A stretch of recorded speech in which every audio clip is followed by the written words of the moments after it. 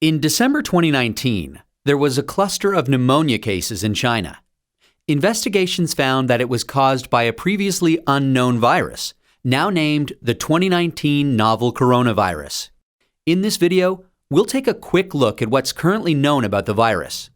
Keep in mind that this is a new virus, and what's known about the virus now might change in the future. Coronaviruses are a large group of viruses. They consist of a core of genetic material surrounded by an envelope with protein spikes. This gives it the appearance of a crown.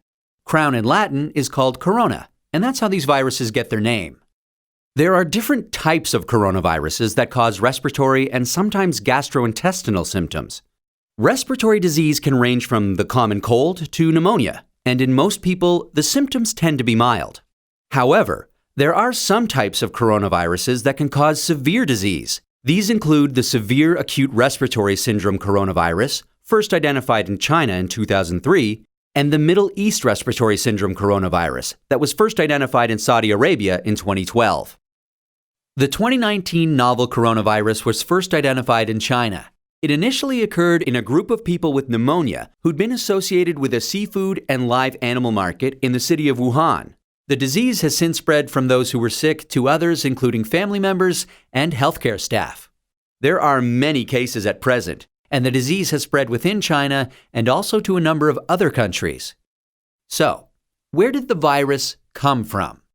It's known that coronaviruses circulate in a range of animals. Sometimes these viruses can make the jump from animals to humans. This is called a spillover and could be due to a range of factors such as mutations in the virus or increased contact between humans and animals.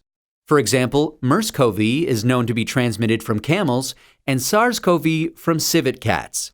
The animal reservoir of the 2019 novel coronavirus is not known yet. How is it transmitted?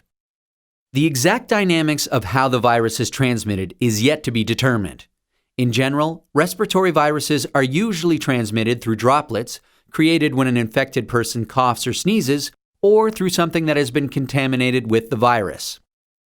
People most at risk of infection from the novel coronavirus are those in close contact with animals, such as live animal market workers, and those who are caring for people infected with the virus, such as family members or healthcare workers. So, how does the disease present? Well, from what is known so far, there can be a number of symptoms ranging from mild to severe. There can be fever and respiratory symptoms such as cough and shortness of breath. In more severe cases, there's been pneumonia, kidney failure, and death. The mortality rate is not known yet. How can we tell whether someone is infected? The infection can be diagnosed by a test called PCR, or polymerase chain reaction. This test identifies the virus based on its genetic fingerprint. There's currently no specific medication for the virus, and treatment is supportive care. There's currently no vaccine to protect against the virus. Treatment and vaccines are in development. How do we prevent transmission of the virus? This new virus currently has a limited geographic spread. However, there are a number of standard hygiene practices that have been recommended to protect against infection and further spread. These include covering your mouth and nose when coughing or sneezing with a medical mask, tissue, or flexed elbow. Avoiding close contact with those who are unwell. The appropriate use of masks and personal protective equipment, especially in a healthcare setting. Washing hands regularly with soap and water or alcohol-based hand rub.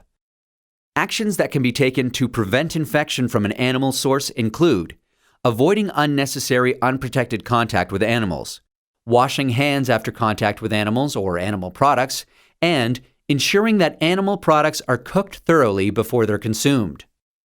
It's important to stay home if you're feeling unwell, but if you have a fever, cough, and difficulty breathing, seek medical care early and share your previous travel history with your healthcare provider. That's a quick look at this emerging infectious disease. Given that this outbreak is evolving rapidly, what's known about this virus can change. Please check the websites below for the most up-to-date information.